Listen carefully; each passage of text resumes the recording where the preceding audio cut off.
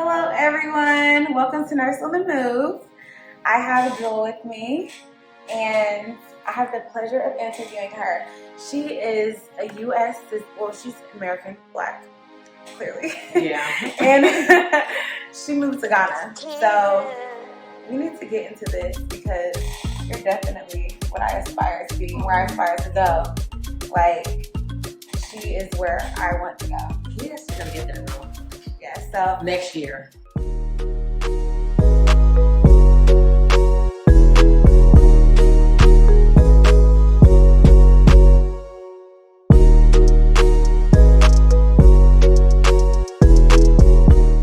So first things first, I want to ask about like why you moved there and when you moved there, what was your motivation to move there? Okay, for sure. So I think my story and my journey is a little different than other people's, just because now that I live in Ghana, so many people say like I moved back home because of the police brutality in the States, or about trying to flee, or the ancestors are calling their name to, what I mean, like they're having like a spiritual calling back, right? I feel like for me myself, the pandemic was the reason why I came here. So I worked for the airline. After the airline slowed down because of COVID, my job was giving people different opportunities to separate from the company, take extended leaves from the company, and keep their benefits. And I was like, I'm interested. Then they said, we're gonna pay you a percentage of your pay as well, because they were trying to get people out of there. But because they took money from the government, they weren't able to let their people go. You know what I mean? Like they weren't able to fire anybody or furlough anybody. So they were just saying like, let's go ahead and have these people take a leave if they can financially to save somebody else's job, right? So I was one of the first volunteers, okay? And they offered me to take a 24-month leave, paid leave, and I was able to keep my flight benefits. Okay. Wow. So you can leave for a year and then you'll still get paid. Exactly. So I decided that I was gonna find somewhere that I could live, because I was living in DC, and DC is a little crazy with their rent. I knew I had to find somewhere that I could live comfortably and not have to feel like I have to work, because I'm getting this opportunity, right? So I decided to move to Ghana. So how is dating out there? What is the difference between the men there in Africa, not even Africa, in Ghana, because that's where you are, versus what have been used to dating here? Yeah, I think that I've always been interested in a guy with an accent. I've always been like that. Like I feel like growing up, I was always with the African, the Caribbean. Okay. So I feel like it was just natural, But there's a difference between an African guy, like born in Africa, than an African guy that lives in the States, opposed to one that lives on the continent. I feel like the mannerisms when it comes to like how to like show affection or be a man. You know what I mean? I feel like the way they do things is different, right? Like you hear about like, I don't know, me myself, I haven't been in a relationship where I was with somebody and they asked me like, have you eaten today? Are you doing okay? How is your day going? That's what they do in Ghana. All the time, girl. And I feel like I appreciate it. It can get a little annoying sometimes if you're asking like every time, but I feel like it's nice having somebody else like looking out for you, Because in Ghana, Ghanaian men, they're gonna make sure you eat before they eat, okay? And I like to eat, so. Oh, that's right. Yeah. And I noticed like when I was out there, I was asking for like some gum, something simple. And then instead of saying no, he ain't have none, he gonna find some. He gonna find you some gum. Hey, you got some gum? Who got some gum? Okay. She wants some gum. Okay, you're right. They definitely do that. And like, don't you appreciate it? Don't. That he worked hard to get that gun for you. Don't. Okay. He gonna make sure the next time you ask him that. Yeah, for sure. Like, gonna make it happen. Like, so sweet. Yeah. You would be doing the same thing too, because you be traveling too, So I feel like even going once a year, people that are Ghanaian don't go once a year. You know what I mean? Yeah, so is there anybody there, bringing you back and forth, Do you know what I'm talking about? Because we ain't got to talk about it, girl. No? Okay. I plead the fifth. No judgment, girl, because I was there one time too. And if my booty didn't watch this, I'd be like, yeah, girl. Okay, well, we can talk about that after the camera, okay? When you were in Ghana, how was the approach? The reason why I'm asking you this is because I feel like sometimes Ghanaians can be a little like pushy. They don't understand what no is, right? Pushy. They don't understand what I got a boyfriend is. They don't understand, you know, I want to be your friend, girl, okay? And it'll be a friend right here for you too. Mommy, girl. Okay, good. Okay. Get off of me. You want to be so much? Get off of me. You know, I feel like you know when somebody's interested. You know, grab you, touch you, and but hey, we love our black men. Okay, shout out to the kings out there. We do. It's hard. Shout out to the kings. Let's take it. Cheers. Yes, girl. Cheers to the kings. Okay. Cheers. Kings of Africa. My roommates were all nursing majors, girl. Every roommate, I was in K-State for 5 years. Did they finish? Only one, girl. I'm trying. Were you in K-State's nursing program? Yes. She is probably one of the smartest people that I know. Because all my roommates, who passed? One. I think one. Okay, so one of them. Yeah, it is very hard. It is very hard because I failed one semester, girl. Did you? Okay, yes. So I had 2 friends that tried the second time. They failed. Couldn't be me because guess what? I was a business major. Okay, in Bradford Hall.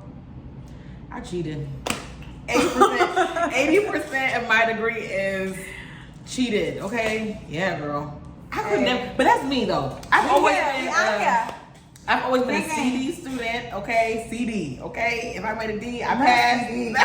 Not CD. CD, okay? And I feel like I couldn't be in nursing. Girl, bye, okay? I would have changed my major the first week.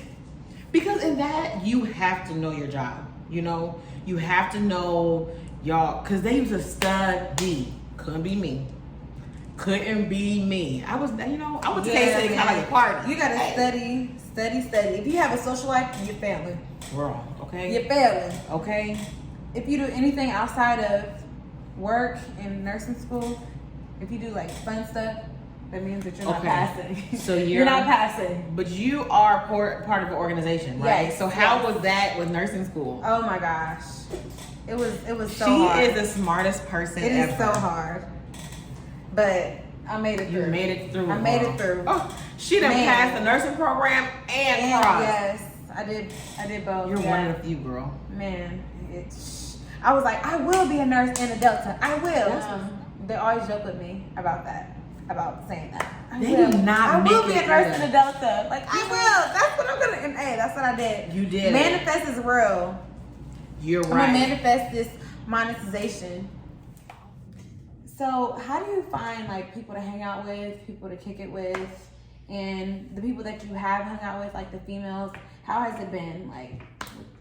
So I hang out with Ghanaians and Americans, and some like UKians. What do you call them? Brits, yes. So that have like lived out of the country and then they now live in Ghana. Mm-hmm. A lot of them I've met on Facebook and Clubhouse, girl. Like, I'm addicted to Clubhouse, and I think because I'm in like all these different rooms. But I've met a lot of people like just talking on stages, and they live in Ghana. Yeah. Mm-hmm. So that's how I've been meeting people and going to like meetups. Everybody live there, girl. And then there's all ages there. There's people that went there to retire. You know, there's people that are like 21, just graduated high school. So yeah, that's how I've been meeting people. But like, how are the females there? How like, do you have any like authentic females that are from Ghana that? Probably one that I like connected with. I met her at a networking event, and she's become like a friend. She's a friend. I've tried to also meet other girls through other people. Like when I first moved there, they were like, you know, I have a cousin here, I got a friend that lives there. And I feel like it was never like a genuine meeting, you know, because I'm meeting them like through somebody else. But the ones that I've met like out at a cafe or like at the mall. I feel like they're like more like, hey, you know what I mean? Like they're more like genuine. But a lot of them are just curious about like, why am I here?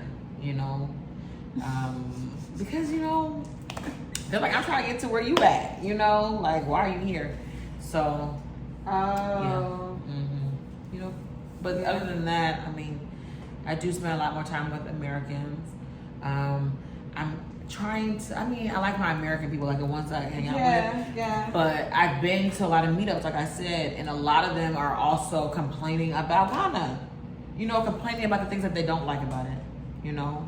And with me, Ghana is not easy, and I feel like there's this process for everything, you know? But some people are like hiding in their houses because they feel like if they go out, they're gonna be extorted, you know? Which is, you know, it's gonna happen, you know, if you put yourself out there, you know, in a position.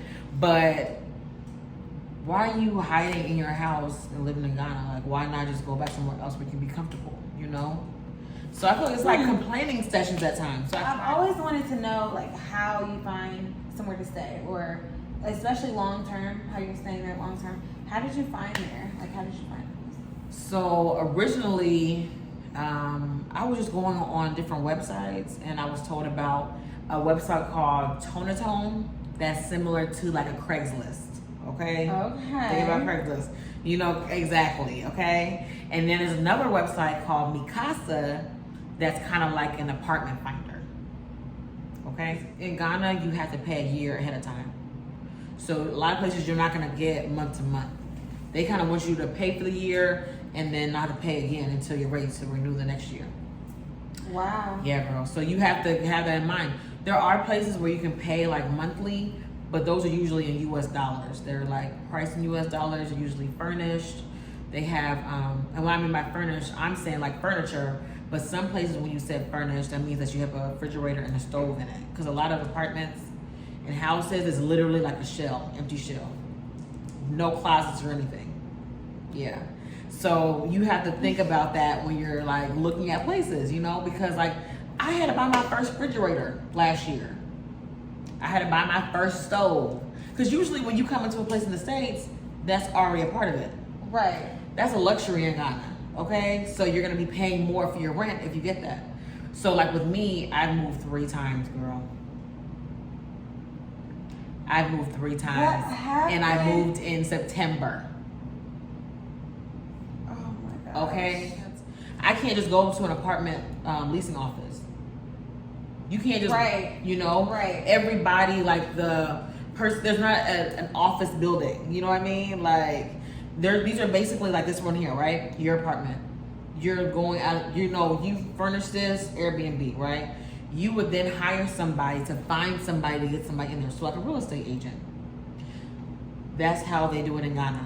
Every apartment, houses, that's how it is. You're not going to no leasing office. So there's people on these websites that are acting like they're an agent, and they're saying, hey, I know my neighbor is never home and I can get into their place. And they bringing people to these places, and then you got to pay an agent fee, a viewing fee, to see the place. A viewing fee. Pay a viewing fee? A viewing fee. So it's 50 cities usually, which is like $8 What? every time you see a place. And you're paying for transportation to get there.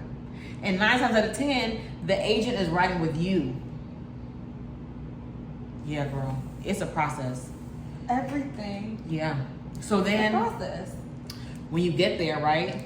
Ooh, you might go to the place, girl. You might go to the place that they have in the picture. It might not even be the same place that you thought you were going. And then say, for instance, it is the same place and you like it. Now you have to pay that year in advance, right? And you have to pay 10% to the agent for finding the place for you. And sometimes, okay? Sometimes that place is already rented or not even for rent. So you done paid somebody and then you go there to go move your things and they're like, who are you? Yeah, girl. You gotta be careful. Okay, so yes, Jewel is definitely where I want to live. So I'm jelly. I wish I lived in Ghana too. I have a group of about 15 nurses going to Ghana this year. For some people who know, some people don't know, I've been to Ghana twice already, and I actually lived in Ethiopia. I don't know if you knew that. No! I lived in Ethiopia for a year when I was like 10 years old. Wow, that's what's Yeah, so I know a up. little bit Amharic, Tanish. Okay, And that's where I learned to love Africa, just like living there. Thank you for